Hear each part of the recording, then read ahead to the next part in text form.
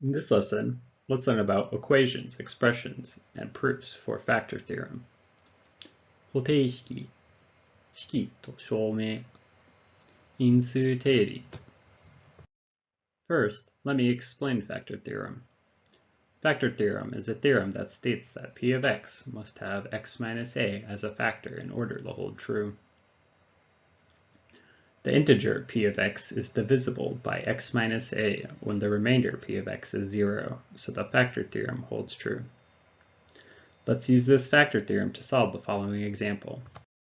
Example problem. Use the factor theorem to factor x cubed minus 7x minus 6. First, use the remainder theorem to find x equals a such that p of x equals 0. If p of x equals x cubed minus 7x minus 6, then p of negative 1 equals negative 1 cubed minus 7 times negative 1 minus 6, which equals 0. So x equals negative 1, satisfying p of negative 1 equaling 0.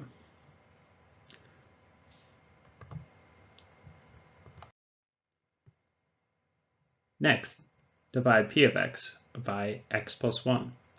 If we divide x cubed minus 7x minus 6 by x plus 1 using subtraction as shown on the right, the quotient is x squared minus x minus 6. Therefore, p of x equals parentheses x plus 1 parentheses x squared minus x minus 6 parentheses. And further factoring gives us parentheses x squared minus x minus 6 parentheses. We end up getting p of x equals parentheses x plus 1 parentheses x plus 2 parentheses x minus 3 parentheses. Now let's do some practice. Press the pause button and try to solve the practice problem.